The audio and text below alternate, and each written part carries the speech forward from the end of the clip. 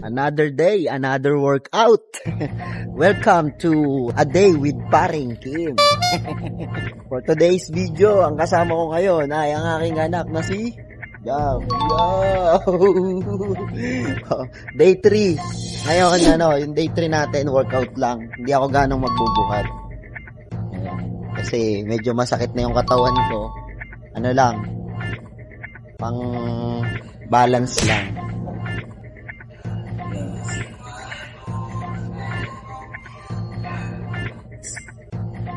Morning po. Sinama ko yung anak ko. Ayan. Go. Kaya mo sumuntok dyan? Dito ako bumubuhat na. Ewan ako. Tara, pasa ano. Siya yung kausap ko kahapon. Sabi ko sasama kita. Si Kuya. Gabriel. Si Gab. Pag ano, lagi ko siya sasama rito. Training niya. Ito yung magagawa ni Kuya. Bakit ka na rin? Magkano pa train ng ganitong bata? Ted! Sir, magkano pa train ng ganitong pagka-boxing? Ngayon pa rin na idol, Ha? 300. 300 per Session. session Pero good, na siya idol. Good for 1 hour natin. for 1 Pero hour. siguro light lang. Kasi pagod eh.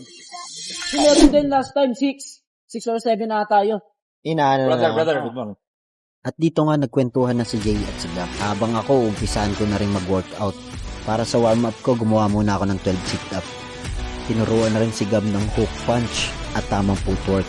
Ramdam ko na talaga yung sakit ng katawan. Alam mo yung pakiramdam na kahit pag-angat ng braso mo, parang may sumisiksik sa muscle mo. Kaya sobrang kirot. Oo, ayun ang nararamdaman ko ngayon. Pero ito kahit masakit, hindi ibig sabihin titigil ako. May nakaset kasi akong araw kung kailan ako dapat magpahinga. At hindi pa ngayon yung araw na yun. At ngayong araw hindi ako suko. Siyempre, hindi rin ako tanga. Hindi ko pipilitin yung katawan ko hanggang sa ma-injure ako. Ang goal ko ngayon, tuloy-tuloy pero smart. Every equipment, isang set lang ako. Hindi ko kailangan mag-record ng PR. Hindi ko kailangan magpaka-hero. Ang kailangan ko lang, consistency. Kung masakit ngayon ang katawan mo, tandaan mo to. Hindi mo kailangan maging pinakamalakas. Kailangan mo lang magpakita ng determinasyon. 3 minutes per equipment, okay na yun. Para mamove ko lang katawan ko, para hindi mawala yung momentum. So minsan, hindi lakas ang kalaban mo katamaran. Kaya day 4, sakit katawan ko, oo. Pero kung gusto kong makita yung pagbabago, wala namang ibang gagawa nito para sa akin. Kulang, kaya laban lang. Dahan-dahan, pero tuloy-tuloy. Hindi,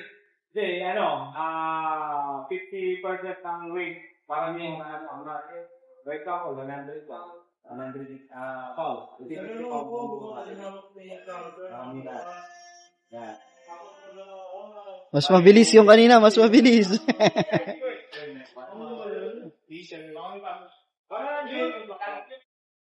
So, ayun na nga.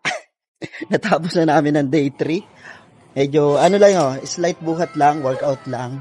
Ayan, ang kasama ko na boksingero. Kaway-kaway. Pagod ka ba, boss? Ang ating fighter? Ihahasain ka daw nila doon. Go? Ahasain, mag-training. So, ayun lang. Hindi tayo nagpakapagod ngayon kasi ginalaw ko lang yung katawan ko kasi baka mabigla talaga. Masakit na to kagahapon pa eh. So, uwi na. Trabaho na. Oras na ng trabaho. Bye-bye.